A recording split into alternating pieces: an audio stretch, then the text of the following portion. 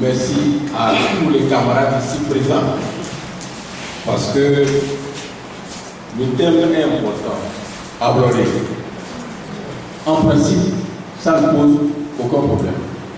Aborder ceux qui l'ont conçu, l'ont traduit par indépendance. Pourquoi indépendance? Mais vous savez très bien que tous les peuples du monde, le peuple qui a souffert et qui continue de souffrir, c'est le peuple noir.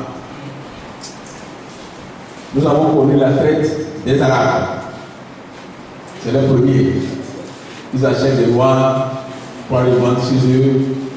Et même les hommes vous achètent de peur que ces hommes puissent prendre leurs femmes. On les castrait d'abord. On les castrait avant de les envoyer là-bas. C'est chez eux que les Européens ont copié pour démontrer que la nous on va venir acheter. Avant, ils achetaient chez les Arabes. Donc, ils ont décidé eux-mêmes de venir nous acheter. Ça a duré 400 ans. 400 ans qu'on achetait des noirs comme des bêtes, comme des animaux. Et personne n'était là pour défendre, sauf les esclaves eux-mêmes qui se battaient selon leurs moyens pour résister à l'oppression. Même les institutions religieuses les plus importantes, quand vous prenez l'Arabie Saoudite, c'est un pays musulman, ils sont les premiers à perdre la tête. Mais quand vous prenez l'Occident catholique, c'est le corps. Parce que je vous rappelle une chose.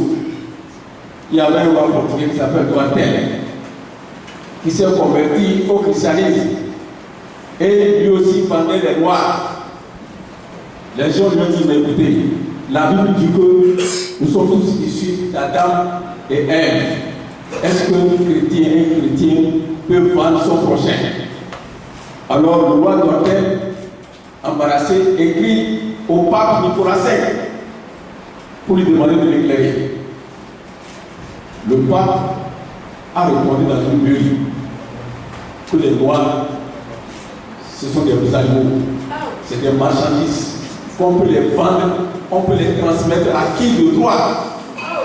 Donc, l'esclavage a été, disons, sanctifié par toutes les grandes églises, que ce soit l'islam ou le christianisme. Donc aujourd'hui, vous savez très bien que les mots auxquels les peuples s'affrontent aujourd'hui, le pire, c'est celui de l'exploitation, de l'oppression, de l'injustice. Parce que les grandes maladies vont finir par les vaincre. La peste, ça n'existe plus. Les pillants, ça n'existe plus. Mais comment construire une société de justice où tout le monde puisse vivre heureux? C'est ça qui est le problème jusqu'à ce jour. C'est ça, c'est ça. Donc, après la traite régulière qui a duré plus de 400 ans, certains peuples noirs ont pris les armes, tel que Haïti à l'époque. Ils se sont battus contre la France et ils ont eu l'indépendance en 1803. C'est le premier État noir indépendant. Haïti, 1803. Ils sont devenus des esclaves. Ils ont créé un État. Mais c'est en 1884 qu'ils sont venus nous soumettre, alors qu'en 1803, eux se sont déjà libérés. Mais la lutte a continué parce que les Blancs ne sont pas venus nous apporter du pain. Ils sont venus s'installer pour exploiter nos richesses, pour exploiter le pays, exploiter les richesses minières, agricoles et la population même qui doit travailler. Mais il ne faut pas oublier que partout où il y a oppression, il y a résistance. Partout où il y a oppression, il y a résistance contre l'oppression. Nos parents résistaient, ils se battaient de leur manière, certains sont morts, certains ont survécu. Mais au fur et à mesure que la pression coloniale continue, au fur et à mesure que certains de nos frères, de nos parents, de pauvres sont instruits, ils commencent à organiser la lutte. Au lieu que ce soit des luttes individuelles, un nègre qui se bat contre son contrôleur sur la route.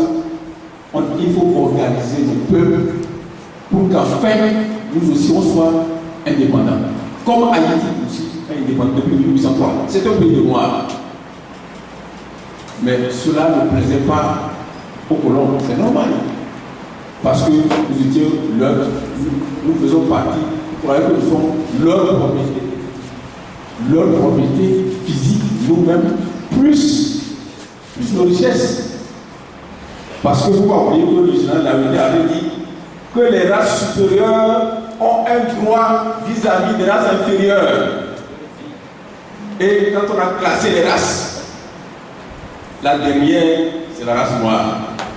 Certains disent que dans le règne animal, le nègre se trouve quelque part entre le chimpanzé et le gibbon. D'autres disent qu'il est même derrière le crapaud. Alors vous comprenez que nous considérons comme des hommes comme tout le monde. Ce n'est pas parce qu'on est venu nous asservir par la faute des armes qu'on doit devenir des esclaves à perpétuité. C'est pour ça que nos grands-parents, nos parents ont décidé de lutter ensemble sous la direction du président Sylvain Solokio pour que nous obtenions notre indépendance. Et Afro, ça veut dire indépendance, ça veut dire liberté, rien d'autre. Et ça nous adressait au plan de la France et aux Nations Unies. Afro ne s'adressait qu'à eux, parce que c'est la SDN, les Nations Unies, qui ont remis le Togo à la France. Donc, nos parents s'adressaient à la France. C'est pourquoi la chanson parle du blanc. Et aux Nations Unies, qui étaient composées du blanc, il n'y avait qu'un seul noir là-bas, c'est Dorsenville, qui était le seul noir national. Donc, on s'adressait aux blancs pour dire que nous voulons être indépendants. Après, ça veut dire indépendant, ça veut dire liberté. Rien d'autre. Ça ne s'adressait à personne d'autre dans ce pays. Parce que, indépendance, il n'y a pas un autre peuple ici, au Togo, qui colonise les autres. Il n'y a pas une ethnie au Togo à l'époque qui colonise les autres. Ceux qui nous colonisent, qui nous dominent, ce sont les Blancs, la France et autres. Ça ne s'adresse à personne sur le sol national. On s'adresse aux Nations Unies en particulier. Et en 1954, il y a une délégation de l'ONU qui est venue. Pourquoi? Parce que nous étions sous mandat. Et le mandat demande que celui qui nous gère nous conduise jusqu'à l'indépendance. Nous conduisons jusqu'à l'indépendance. Donc, en 1954, comme on a pu partir pour ajouter, enfin, au Ghana, à la Grande-Bretagne, on voulait savoir quelles sont les aspirations des populations togolaises. Bientôt, le Ghana va être indépendant. Donc, on envoie une délégation pour savoir qu'est-ce que nous voulons. Parce qu'il ne faut pas oublier, les partis politiques sont déjà créés. Il y avait certains qui avaient le soutien de la France. Pourquoi? Parce que, vous savez, les peuples colonisés ont participé à la lutte pour libérer la France quand les Allemands les ont envahis. C'est des milliers d'Africains. On estime à plus de 750 000 les Africains qui sont battus pour libérer la France de la domination allemande. Alors les Français ont promis, bon, si nous sommes libérés, nous aussi, on va vous libérer. Bon, alors les Français libérés, la France constate qu'elle est complètement ruinée, elle n'a rien. Et elle compte sur les richesses de ces colonies pour se reconstruire. Donc, je ne veux pas parler d'indépendance. Alors, les Vietnamiens, eux, ils ont pris les armes. Ils ont pris les armes. Ils ont battu la France. Ils l'ont battu littéralement à Dien Bien Phu, à 1954.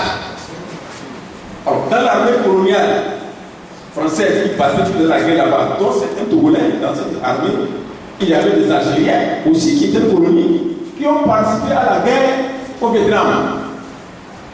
Alors, dès qu'on a battu les Français, les Algériens disent ah bon, ça veut dire que le blanc là, on peut battre. En 1954, ils sont revenus en Algérie et ils se sont déclenchés la guerre parce que leur premier président s'appelle Ben Bella.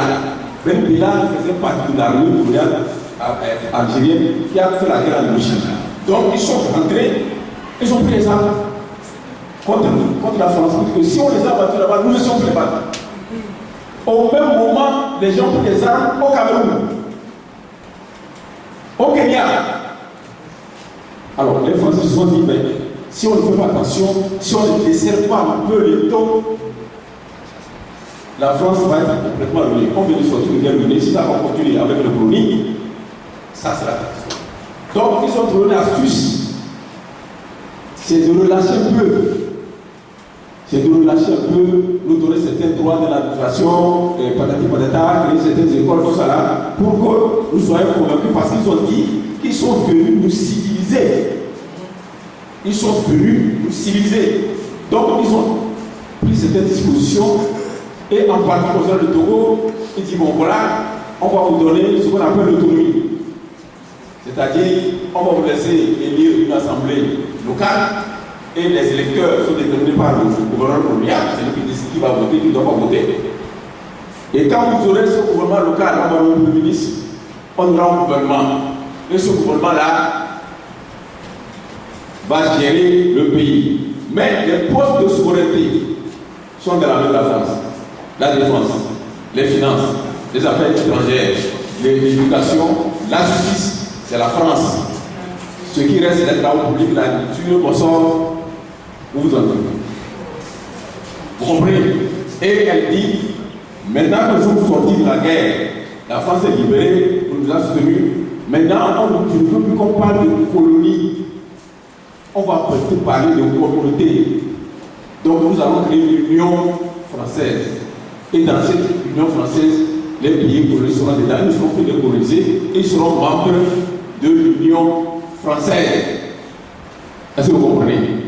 Donc, dans notre pays, il y a eu deux camps.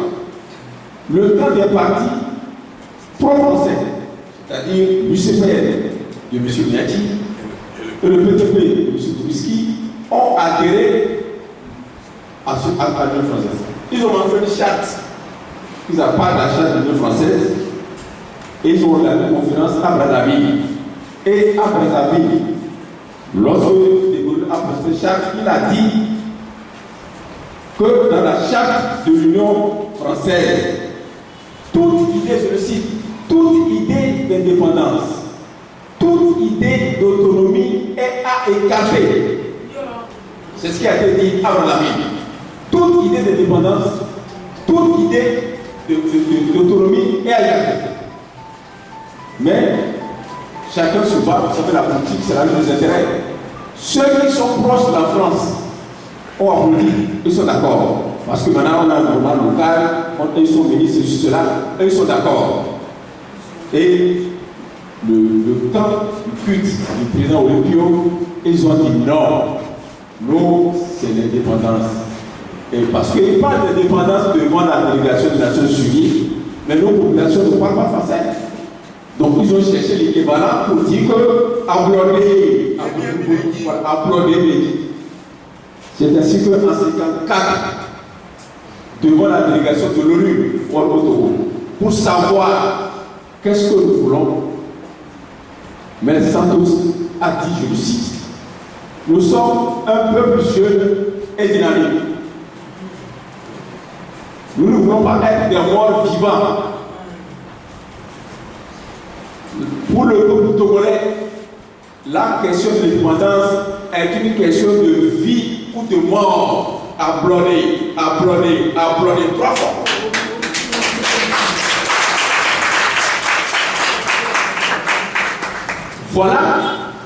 Voilà ce que signifie applaudir en fait. Ce n'est dirigé contre aucun Togolais.